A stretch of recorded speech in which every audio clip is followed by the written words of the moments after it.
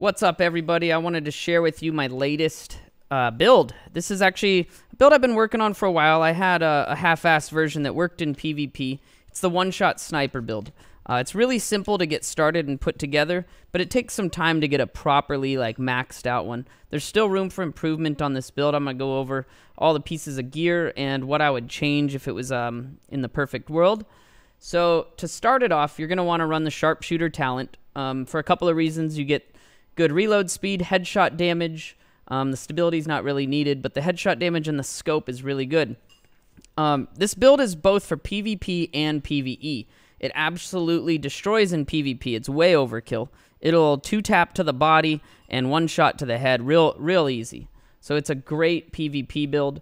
But in PvE, I also wanted it to 1-shot in challenge mode. It's not quite there.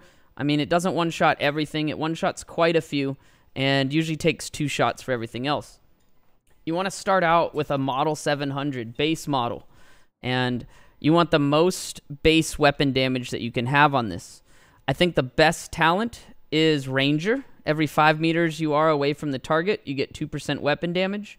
It only requires 4 or less yellow things, and mine's rolled optimized, which is nice. This gives you stability and accuracy, and they say it also gives you reload speed and weapon swap speed, but it definitely doesn't reflect in the readouts. But it's a great rolled weapon, and it's my highest damage. Now, the next thing you want to do is I run Unstoppable Force. This requires 7 or more blue stuff. Unstoppable Force, killing an enemy grants 2% weapon damage for every 10,000 max armor. So if you have 100,000 armor, you get 20% damage. 200,000 armor, you get 40% damage. This lasts 10 seconds. It doesn't tell you, but it does last 10 seconds. So I have 160k armor. So 16 times 2, we've got, roughly 32% weapon damage for 10 seconds. Unfortunately, this doesn't refresh, so you need it to drop off completely before killing another target to get your 10 seconds again.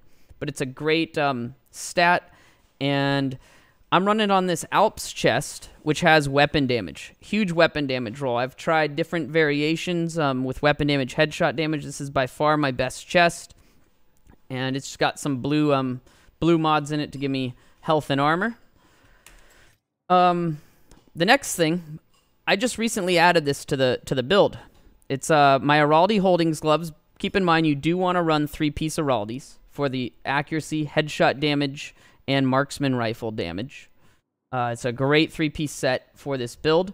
You also want to have, as your attribute, as much marksman rifle damage as you can. And I just tested this out. I found these gloves, and this actually worked out really good. Compensated. Weapon damage is increased when you have low crit hit chance. I had really low crit chance, and it wasn't hard for me to drop to 3 or less with this build. There's only 3 weapon damage talents that can roll, and that's your chest, your backpack, and your gloves. So that's really the only reds you need if you're not running crit chance. You could do headshot damage, but I don't think it's really worth it. From my experience, this actually added quite a bit of damage. I've been told different numbers, but in my calculations, it was about 12% damage, and it's really good for particular builds like this one. The higher the base damage, the more you're going to notice your numbers go up as well. So that's my newest one. The most important thing here is you got to stay under 3 reds. So 1 red on the gloves, 1 red on the chest, and then your backpack. The next thing here is it's an Araldi's backpack. What you want to look for here is weapon damage. And then I have health. This is the backpack I use for most of my builds. It's also got safeguard, which is really good. 5 or less reds, and when you kill a target, you get bonus repairing and healing. Works really, really good. It rolled Vital. Well, I rolled it to Vital. And it's got an offensive mod slot. Prior to running those gloves, I filled my offensive mod slots, and I had 5% more damage or so from the offensive mod slots. But those gloves made it way more effective, and I did quite a bit more damage. So I think it's worth it. The safeguard pairs really good with these knee pads. I originally had my build running braced, where you get the weapon handling. It lets you aim down sights and close the reticle up quicker. But I actually switched to my my armor modified Heliguard knee pads. They run patience. After being in cover for 3 seconds, your armor repairs 5% every second. When you run safeguard, this is actually 12.5%, and it's a lot. You probably won't ever die in this build unless you let them get really close to you and make a mistake, because your healing is going to be crazy. It pairs really well because it also requires 7 or more blues, just like Unstoppable Force on the chest. Another thing on the backpack I forgot to tell you, preferably this would actually be armor, because you want more armor than health in this build because of Unstoppable Force, but I don't actually have a weapon damage armor one, and to get the armor, it wasn't worth it to get the little bit of bonus from Unstoppable Force. This one's definitely better because of the weapon damage. Now, holster, you're going to want Araldi's to complete your 3-piece set. I have health on mine. You don't want a red here. Preferably, this would be a circle talent with either Devastating, which is 5% weapon damage, or I don't know what it's called for headshot. Here it is, Precise, 15% headshot damage. This would be great, but as far as I know, I don't have an Araldi's holster that doesn't have a red that has a circle talent. I might just need to look into my stash more, but as far as I know, all the ones I have, oh, right there. We could actually run this and make the build better. It would have less survivability, but it would actually be better if I just ran this holster and rolled this to either headshot damage or Devastating 5% damage. So I actually do have a holster that would work, and maybe I'll change that in the future. But for now, we don't need to do it. It will add a 15% headshot or 5% weapon. I'm curious which is better. I think the 5% weapon will end up being better, but we'll do that another time.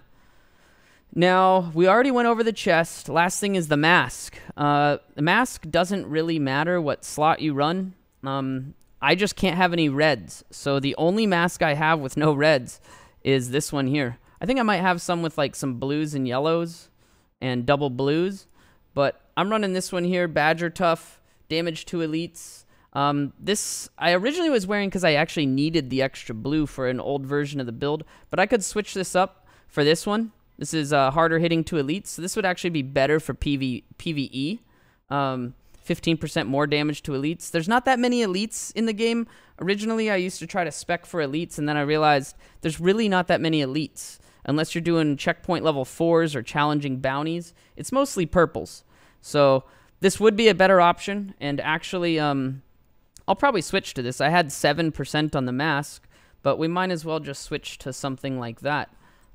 Pretty decent stat, and it doesn't actually have a red, so that totally works. And I think that really covers most of the gear. It's a pretty easy build to put together. As far as a secondary weapon, it doesn't really matter what you use. However, I would recommend using something that doesn't have over 20 crit, because there is times when this skill bugs out. If you switch to a gun that has high crit chance, I've had times where compensated won't actually reactivate. So it's weird. So I would recommend using a gun that doesn't actually have more than 20 crit chance for your secondary. I like the whatever this thing's called, the Chatterbox for its blabbermouth talent. I mean, gives you some rate of fire. It's not very noticeable on the marksman rifle, but hey, if they get really close, you can pull it out and use that. Use whatever you want, but for the most part, I never actually switch. So you could also use the what's that AK called? It is called the Merciless, although it does a really, really, really tiny amount of damage. It's pretty sad, but yeah, it's okay. You could run that as well. As far as skills go, I run the heal, Chem Launcher heal, and in PvP, I usually like to run the Defender Drone. It'll stop other one-shotters from killing you, and it can actually potentially stop quite a few shots. They gotta kill it first, more likely. As far as an offhand, I like the talent Protected Reload, especially in PvP. When you reload your gun, it doesn't matter which gun, any gun, you get 10% bonus armor. It's nice. The other one that I really like is called Stop, Drop, and Roll. This is nice in PvE. If you're fighting things that light you on fire or make you bleed or poison, you just do a combat roll, and it actually stops you from doing your sad stuff. So keep those in mind. I think those are great talents to have. And, yeah, I think that pretty much sums it up. In PvP, I actually run with no scope. I take this scope off, and it does some serious damage with no scope. Like, point blank, we're hitting 510. Oh, maybe not. 414 point blank. The further away they are, the more damage it's going to do. 420. 414 here. 420. These red dots, these are actually headshots even though they're in the chest. 438. And then if we throw that scope on that you get from the specialized or specialist ability, it's actually really good. 45% headshot damage, negative 20 stability. I use this in PvE because I don't really need to have the no scope. In PvP, definitely want that no scope, and you still are doing way more than anyone could possibly have as far as health. So now, 492. That's pretty good. 514 at that range. Or 500,000 and something. 482, real close. And 510. It's pretty nice. Does a lot of damage. I don't know what it does from the furthest away target, but let's see here. 544 there. And this does not count Unstoppable Force. Once you have Unstoppable Force up for 10 seconds after killing an enemy, you have a lot more damage. So I'm seeing well over 600,000 headshots. It's really good. It'll one-shot almost any enemy, 2 shots everything else, and bosses it might take like 3. But really like the build, and it's really safe as well. Here, let's just go fast travel somewhere and go shoot a few things so you can see it. Challenge mission. Let's do this one. Might as well show a little bit of gameplay. I'm not going to do the whole mission because that's just a little long, but we can at least show what kind of damage it's doing. Looks like they're coming from the I usually use this mission to test out builds. Whatever's happening over there, we need to shut it down. I don't know why. Maybe just because it's close and pretty simple.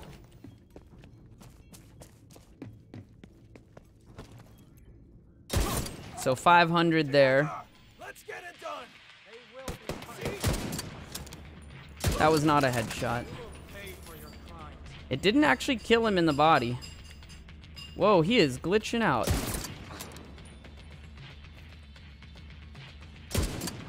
And I missed. 640 there. So a 663 on that purple didn't quite kill him, but it's really close. It is really close.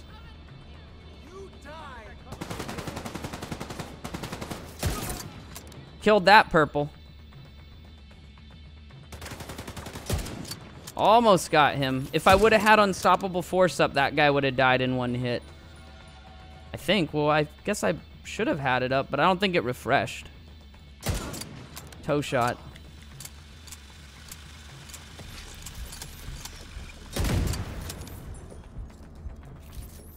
This is a time where that, man,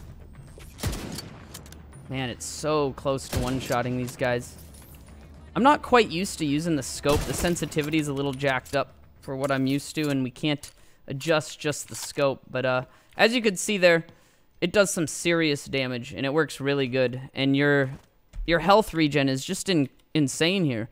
When you just sit here in cover, you're going to have to really mess up to die or let them push up on you. And it's pretty difficult to die with this build. Really effective. Let me know what you guys think. Don't forget to subscribe to the YouTube channel. You can check me out live, Twitch TV/Inigo Montoya. And I'll see you around, guys. Thanks for watching.